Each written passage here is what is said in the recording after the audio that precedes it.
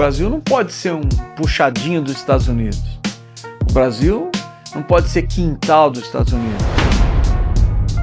Então, a questão da soberania nacional, mais do que nunca, é um debate muito, muito importante por conta da postura dos Estados Unidos, da forma como os Estados Unidos têm lidado, não só com o Brasil, mas com o mundo, né? O governo Trump é um governo que escolheu o caminho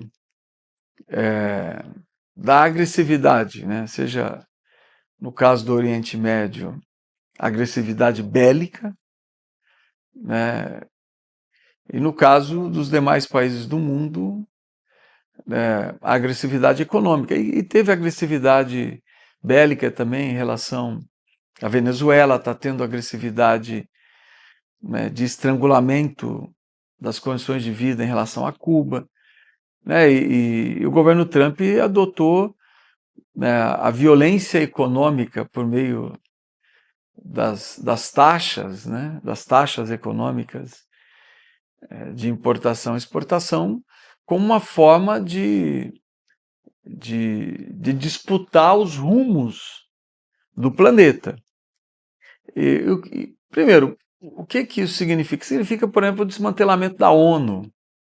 A ONU foi um organismo criado pós-Segunda Guerra Mundial para que situações como essas vivenciadas no Oriente Médio, seja na faixa de Gaza, seja em relação ao Irã, ou mesmo a situação Rússia e Ucrânia, e tantos outros conflitos que nós estamos vivenciando, às vezes conflitos domésticos internos nos países, a ONU foi criada para que esses conflitos fossem resolvidos por meio da diplomacia, por meio da negociação, né, onde você não precisa bombardear um país para resolver um problema. Não, vamos sentar à mesa e negociar e construir uma saída negociada, né?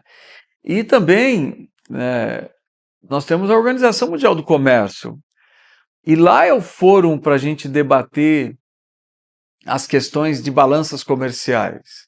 Se um país está vendendo mais do que comprando, portanto, se tem um desequilíbrio na balança comercial, vamos pegar o exemplo do Brasil e Estados Unidos. Olha, se os Estados Unidos está comprando mais do Brasil do que vendendo, tá, vamos sentar à mesa e ver como que a gente equilibra essa relação. No caso do Brasil, se a gente pegar os últimos 15 anos, o superávit dos Estados Unidos em relação ao Brasil é de mais de 400 bilhões de dólares. Ou seja, o Brasil mais compra dos Estados Unidos do que os Estados Unidos compra do Brasil. Então não há motivo para retaliação, para tributação, para taxação, melhor, para taxação em relação às relações econômicas e comerciais Brasil-Estados Unidos.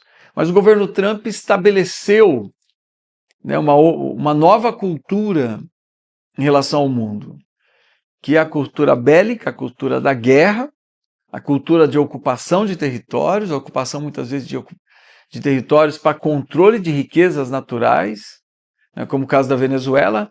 Se criou todo um discurso para ocupar a Venezuela, né? Eu não estou dizendo que não deveria abrir um debate, uma mesa de negociação em relação à situação da Venezuela, aos questionamentos que foram feitos em relação ao processo eleitoral.